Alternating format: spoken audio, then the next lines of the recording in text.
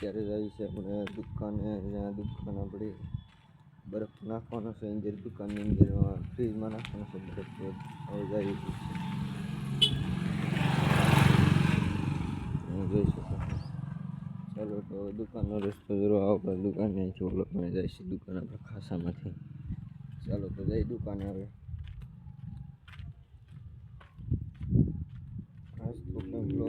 ખાસ તો નથી એટલું બધું ખાસ બ્લોગ તો નથી, પણ જે હું કામ કરું એ તમને દેખાડું. હું આખો દી કામ કરું છું, હું શું કરું છું, દુકાન આપું છું, બધી તમને આ બ્લોગમાં હું તમને દેખાડીશ. બ્લોગમાં ન હોય તો બને થઈ જાઓ. તમે બ્લોગ જોવો છો પણ સબસ્ક્રાઈબ નથી કરતા તો ચાલો જઈએ દુકાન.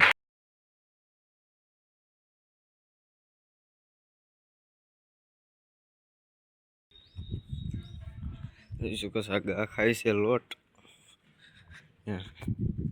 આ છે દુકાન ઓલા જીગાભાઈને. ચાલો દુકાન નાખી હાથ જાય છે તો ચાલો જઈએ. દુકાન ખોલી નાખી છે જોઈ શકો છો તમે. અને આ બાસકા પડ્યા છે એમાં બરફ છે તો એ આ ફ્રીજમાં નાખવાનો છે. તો ચાલો બરફ નાખી દઈએ પછી મળીએ. ટાઈમ પ્લેસમાં લગાડી દઉં છું જો કેવી રીતે બરફ નાખીએ. ચાલો.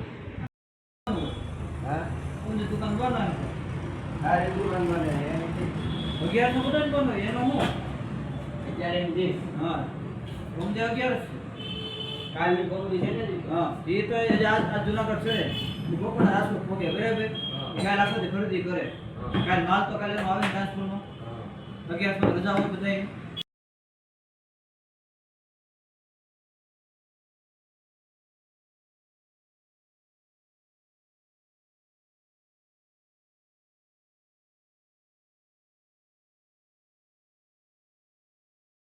જો મિત્રો આવો હોય છે બરફની પેટર્ન.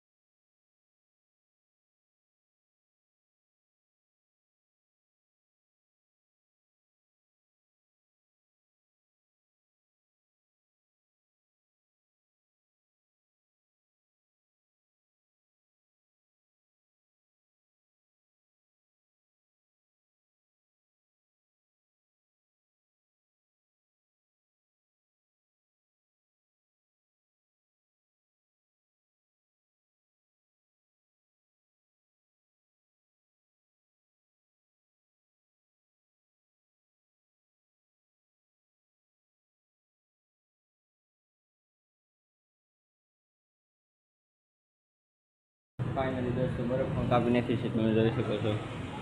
અહીંયા જે બરફ હતો ફ્રીજમાં કટકા કરીને નાખી દીધો છે.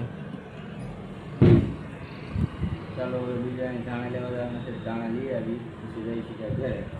ચાલો ફાઇનલી દોસ્તો હવે જઈ છીએ ઘરે અને ધાણા પણ લઈ લીધા છે પાણીપુરીના પાણી બનાવવામાં. ચાલો જઈ ઘરે.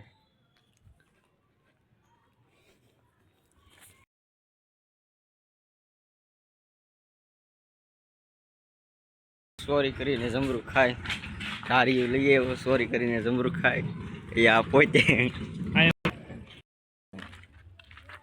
સોરી કરીને જમરૂ તારી મોટું જબર જઈને અમે જમરૂ ખડે ત્યાં આંબી લીધું.